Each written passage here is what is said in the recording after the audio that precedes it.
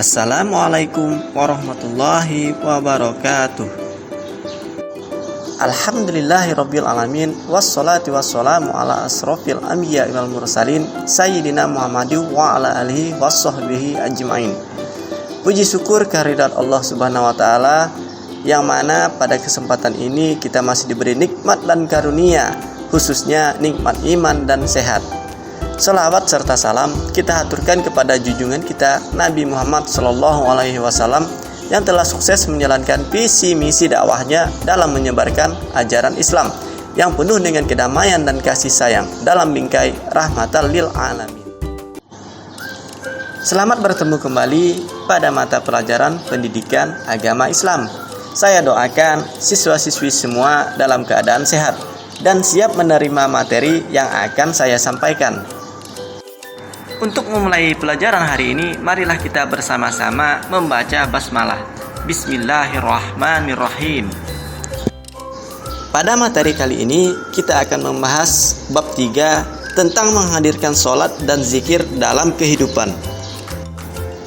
Adapun tujuan pembelajaran kita pada kali ini ada 2. Yang pertama, menjelaskan hakikat sholat dan zikir dengan pencegahan perbuatan keji dan mungkar. Yang kedua, mengimplementasikan contoh perilaku ketakwaan sebagai pemaknaan sholat dan zikir dalam mencegah perbuatan keji dan mungkar di lingkungan sosial. Sebelum kita masuk ke materi, marilah kita bertafakur dan merenung sejenak. Kalian tentunya sudah tahu bahwasanya agama merupakan fondasi hidup manusia sehari-hari. Dalam agama Islam, sholat merupakan tiang agama. Maksudnya, sholat itu sebagai pilar penyangga yang mengokohkan keislaman yang wajib dilaksanakan 5 kali dalam sehari semalam. Sebagaimana Al-Baihaqi itu meriwayatkan sebuah hadis, sholat itu adalah tiang agama, maka barang siapa yang mendirikannya, maka sungguh ia telah mendirikan agama. Dan barang siapa yang meninggalkannya, maka sungguh ia telah merobohkan agama Islam itu. Setelah mencermati renungan tadi, kita akan masuk ke pembahasan yang pertama. Yang pertama di sini kita akan membahas tentang makna sholat.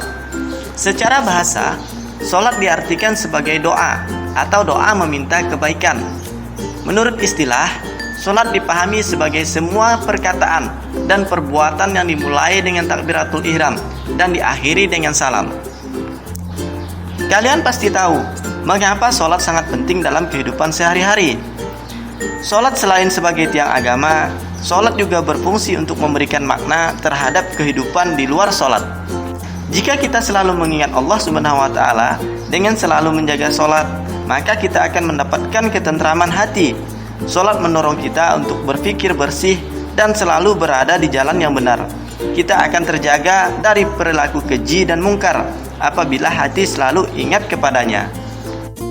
Sebagaimana yang telah difirmankan oleh Allah Subhanahu wa taala dalam Quran surah Al-Ankabut ayat 45 yang berbunyi, "Innas sholata tanha 'anil fahsya'i wal munkar", yang artinya sesungguhnya salat itu mencegah dari perbuatan-perbuatan keji dan mungkar.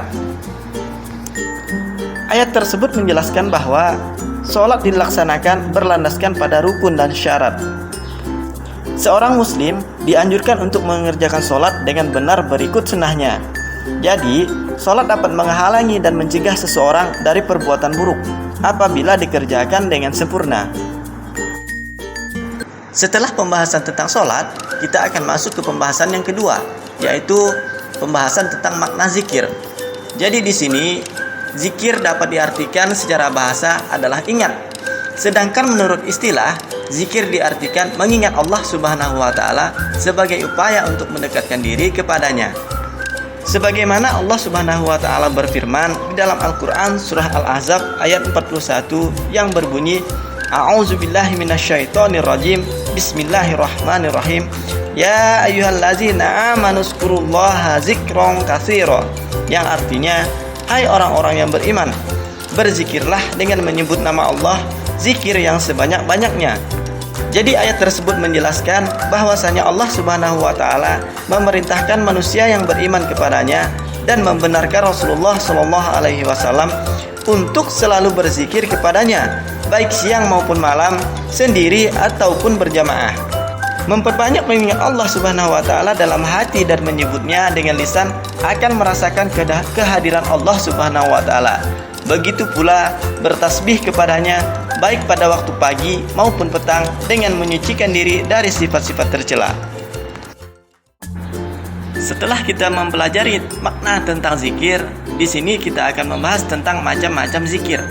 Zikir yang pertama adalah zikir dengan hati, yaitu bertafakur dan merenungi ciptaan Allah Subhanahu wa taala, sehingga timbul dalam pikiran bahwa Allah Subhanahu wa taala adalah zat yang maha kuasa. Kemudian yang kedua, zikir dengan ucapan, yaitu pengucapan lafal-lafal yang di dalamnya terdapat keagungan namanya. Seperti contohnya tahmid, tahlil, tasbih, takbir. Membaca Al-Quran juga termasuk ke dalam zikir. Dan yang terakhir adalah sholawat. Kemudian yang ketiga, menaati perintahnya dan menjauhi larangannya merupakan zikir dengan perbuatan. Untuk selanjutnya, kita akan membahas tentang sholat untuk ketakwaan. Sebagaimana Allah Subhanahu wa taala berfirman di dalam Al-Quran surah Ali Imran ayat 102 yang berbunyi, Ya ayyuhallazina amanu taqullaha haqqa tuqatih wa la tamutunna illa wa antum muslimun. Yang artinya, hai orang-orang yang beriman, bertakwalah kepada Allah dengan sebenar-benar takwa kepadanya, dan janganlah sekali-kali kamu mati melainkan dalam keadaan beragama Islam. Ayat tersebut menjelaskan bahwa kita hendaknya selalu bertakwa kepadanya dengan menaati perintahnya dan menjauhi larangannya. Kita diperintahkan pula untuk selalu istiqomah dalam beragama Islam agar kita tidak mati dalam keadaan kafir. Seseorang yang selalu melaksanakan sholat akan tumbuh rasa takut berbuat dosa, baik dosa kepada Allah Subhanahu wa taala, dosa kepada orang lain, maupun dosa terhadap dirinya sendiri. Oleh karena itu, sholat dapat mencegah perbuatan keji dan mungkar. Untuk yang terakhir, kita akan membahas tentang hikmah sholat dan zikir. Jadi di sini ada beberapa hikmah sholat dan zikir, antara lain, yang pertama, tertanamnya akidah tauhid. Kemudian yang kedua, terjalin hubungan baik dengan Allah Subhanahu wa taala. Yang ketiga, memperoleh keselamatan dari Allah Subhanahu wa taala. Yang keempat, memperoleh ketenangan jiwa. Yang kelima, melatih hidup disiplin dan taat aturan. Yang keenam, menumbuhkan akhlak mulia seperti amanah, jujur, dan upaya menjauhkan perbuatan keji dan mungkar. Demikianlah pembahasan tentang menghadirkan sholat dan zikir dalam kehidupan sehari-hari. Mudah-mudahan siswa-siswi sekalian dimudahkan dalam menerima penjelasan materi terkait tersebut. Untuk mengakhiri pertemuan kita pada kali ini, marilah kita bersama-sama membaca hamdalah. Alhamdulillahirabbil alamin. Saya akhiri dengan wabillahi taufik wal hidayah. Assalamualaikum warahmatullahi wabarakatuh.